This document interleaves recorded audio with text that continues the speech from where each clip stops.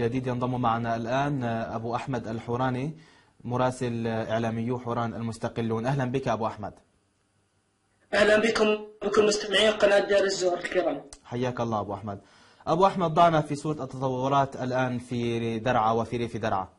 نعم أخي، اليوم أريد أن أبدأ أخبار محافظة درعا بمجزرة جديدة مروعة ارتكبتها قوات النظام وميليشيا الأسد المجرمة في الشيخ مسكين بريف محافظة درعا بحق المدنيين العزل. وراح ضحية هذه المجزرة عائلة كاملة أغلبها من الأطفال والنساء. ففي صباح اليوم وأثناء تمشيط الحي الغربي في المدينة تم العثور على جثة المهندس ضياء نمر شباق وزوجته وأخته وأبنائها بعد أن قامت ميليشيا الأسد بإعدامهم إعدام ميداني والجثث متفسقة وقاموا بدفنه في مقبرة البلدة. أيضا أريد أن أؤكد مقتل عناصر من حزب الشيطان في هذه البلدة بعد المعارك العنيفة التي دارت على جبهة البلدة وبعد تحرير عدة مواقع كانت تتمركز بها عناصر حزب الشيطان وأيضا عناصر قوات النظام، وتم وجود علم حزب الشيطان في حوزة عناصره. أيضا ما يزال الجيش الحر يتقدم في جبهة بلدة الشيخ مسكين بريف محافظة درعا،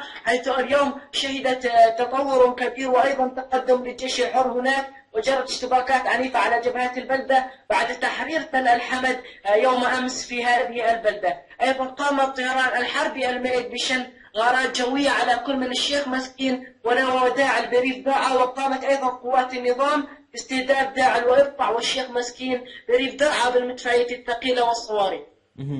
يعني هو أحسن وصف بتوصفه فيه لعناصر حزب الله حزب الشيطان. أبو أحمد، الثوار اليوم كمان قدروا أنه يسيطروا على المشتل وتل حماد وكتف السد بالمدينة. احكي لنا عن الاشتباكات اللي صارت هنيك كمان. نعم أخي، تم تحرير هذه المناطق وأيضا تم اغتنام أعداد كبيرة من الأسلحة بينها دبابات ومدرعات، وتم قتل العديد من قوات النظام. كما ذكرت لكم أن من بينهم عناصر لحزب الشيطان في هذه البلدة. أيضا تم قتل أعداد كبيرة من قوات النظام وتم اغتنام أعداد أخرى من الأسلحة، وأيضا تم تدمير أعداد كبيرة من الأسلحة. الآن الجيش الحر أبو أحمد وأيضا لتحرير المدينة وتحرير باقي أرجاء المدينة. أيضا اليوم تم خروج العائلات التي كانت محاصرة منذ سنة ونصف في هذه البلدة، تم إخراجهم بعد تحرير عدة نقاط كانت لها أثر كبير في محاصرة أهالي البلدة.